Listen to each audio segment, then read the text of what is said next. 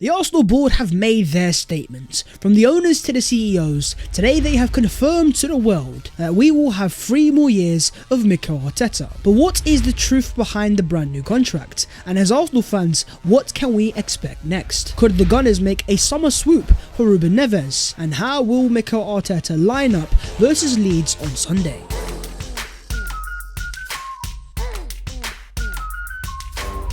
Yo, what is going on, guys? My name is Babs14. Welcome back to your boys channel, and today we are back again with a massive day of Arsenal news going into the massive game on Sunday. So smash a like if you enjoy, subscribe to the channel if you're new, and help your boy as we edge closer and closer to 90,000 subscribers. But let's get straight into that news, and starting off with Mikel Arteta's brand new contract. 9:30 AM UK time, Arsenal announced to the world a bit of a surprise announcement that Mikel Arteta alongside the Arsenal women's manager in Jonas Eidevall had both signed brand new contracts. As Arsenal announced, the journey continues. Mikel Arteta and Jonas Eidevall, congratulations on your brand new deals. We had seen quite a few reports in the past few months that Arsenal were looking to extend Mikel Arteta's contract before the end of the season. So now that we're only 4 games away from that, I'm not really surprised that Arsenal have chosen now to announce the brand new contract. His current deal was set to expire in 2023, but now he will remain the Arsenal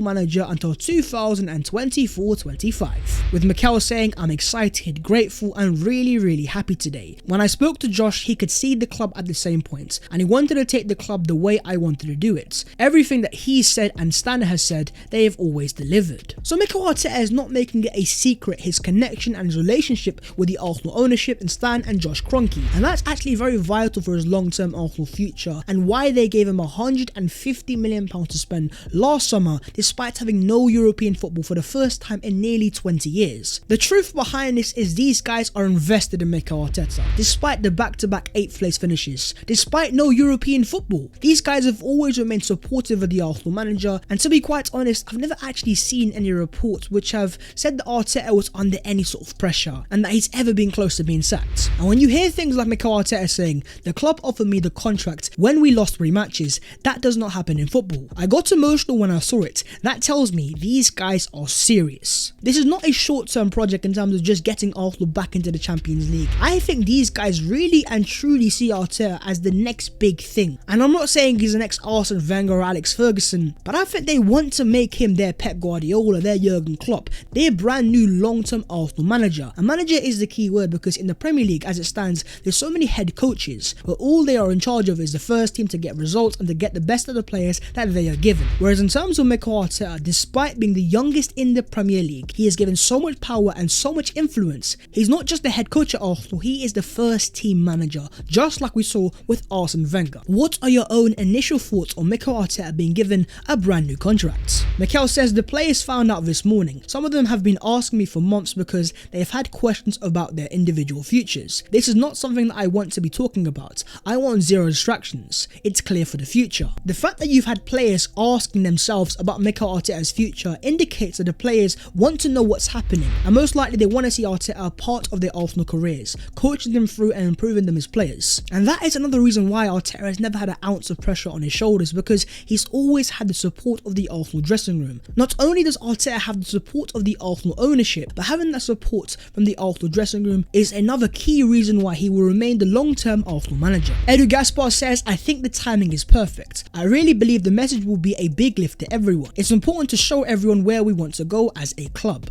We are going to face a big summer again, and it's important to have our manager here." The timing is actually going to be low-key controversial because we've got 4 games left of the season, and some Arsenal fans had made their choice that they like Mikel Arteta, they see what he's doing, but they wanted to see Arteta secure Champions League footy first before he was giving a brand new contract. But today that has been all put to bed, but now let's look forward to the future. What's next for Arsenal Football Club under Mikel Arteta? Well, Arteta says we want to take the club to the next level and to compete with the top teams. But in order to do that, we have to be playing in the Champions League. The short-term objective is the next 4 games, get the wins there, get the points on the board, and secure the return to the Champions League footy for the first time in nearly 5 years. But long-term wise, Arteta says we want to be able to evolve the team, improve our players, improve all departments, generate even more connection with our fans, improve the atmosphere at the Emirates, be able to recruit top talents and the best people for this club to drive this project to the next level. Just think about the exciting project contract that Arsenal have as it stands. Their exciting young players, the young manager, a massive club, and the history of Arsenal has its own attraction. The owners are finally starting to put the finances forwards towards the Arsenal team. If you can now add that final piece of the jigsaw in the Champions League, return to the highest level of world football, and then you are talking serious business. But what do you guys believe the future holds for Arsenal Football Club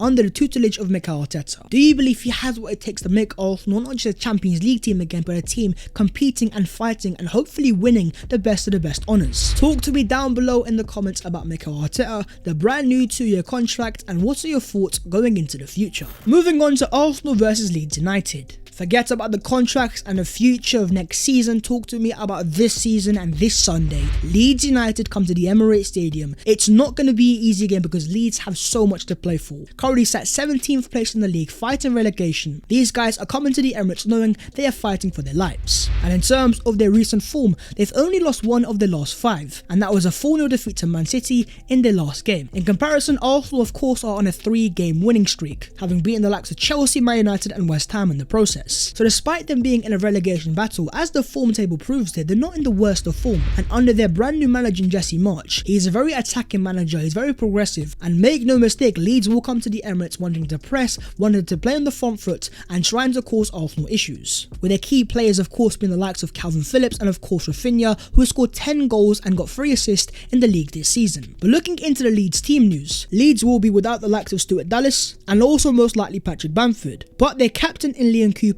who missed their last game against Man City, is likely to come back into contention. Comparing that to Arsenal, they confirmed that Benjamin White is still in contention, but Arteta says that he needs to train tomorrow first to make sure he's available to play. And Arteta has also confirmed the likes of Tomiyasu and Saka should be fine. So apart from Thomas Partey and Kieran Tierney, Arsenal have close enough to a fully fit team as long as Ben White's available. So how exactly is Mikel Arteta going to line up? Well, I believe we will see a 4-2-3-1 formation again, with a back 5 of Ramsdale, Tomiyasu, Ben White, Gabriel and Nuno Tavares, a midfield duo of Granit Xhaka and Mohamed Elneny, with a trio of Emil Smith-Rowe, Martin Odegaard and Bukayo Saka behind the striker and Eddie Nketiah. Ultimately, we have 2 changes from the game against West Ham, and that is the introduction of Emil Smith-Rowe and Benjamin White. In terms of White, I am low-key doubtful, so don't be surprised if we see Rob Holding starts. But going into the front line, Martinelli for Emil Smith-Rowe. Martinelli wasn't the best against West Ham, and I don't think he's in the best of form as things stands. In a massive game at the Emirates Stadium, Smith-Rowe of course our second highest goal scorer, and in transition, that's where I think Smith-Rowe can cause so much damage and why I believe that he's going to start. And Arsenal actually have a pretty decent record against Leeds, having won 9 and lost none of the last 11 matches against Leeds in all competitions. We've actually played Leeds twice already this season, winning 2-0 at the Emirates and the Carabao Cup, and then 4-1 at Ellen Road in a convincing win away from home. Leeds are in a massive relegation scramble, and with them fighting for their lives, it is never going to be an easy game, so Arsenal need to be on their jobs. In our last 2 performances against Man United and West Ham, yes, we've got 6 points out of 6,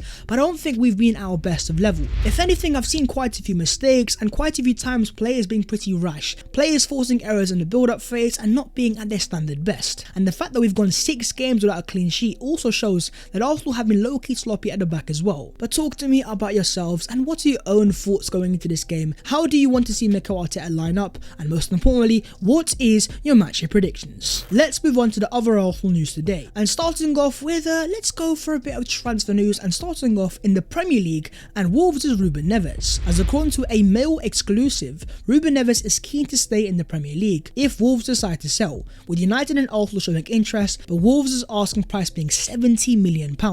Now, do I think that Ruben Neves is a decent player? Yes, I do, but is he worth £70 million? No, not in a million years. The fact that last summer Arteta was a clear admirer and wanted to sign him, it indicates that Arsenal do have serious interest, but again, that price tag of £70 million, it's just not something I think Arsenal are going to pay, or I see Arsenal paying. But talking about Premier League midfielders, according to Matt Hughes of the Daily Mail, Calvin Phillips could have a release clause of around £30 million if Leeds were to get relegated. A player that can operate as a number 6, potentially as a number 8, was England's Player of the Year in 2021. He showcased his great ability to play box to box in the Euros, and ultimately for £30 million with the Premier League experience in the bag and the profile that Arsenal are looking for, what do you guys make of Calvin Phillips? And if he was available for £30 million and if Leeds were to get relegated, is that something that you guys would like to see Arsenal explore in the next transfer window? A massive congrats to Reece Nelson and Feyenoord on reaching the Europa Conference League League final, following a 0-0 draw versus William Saliba and Matteo Guendouzi's Marseille. A massive shout out to Arsenal loanee Reiss Nelson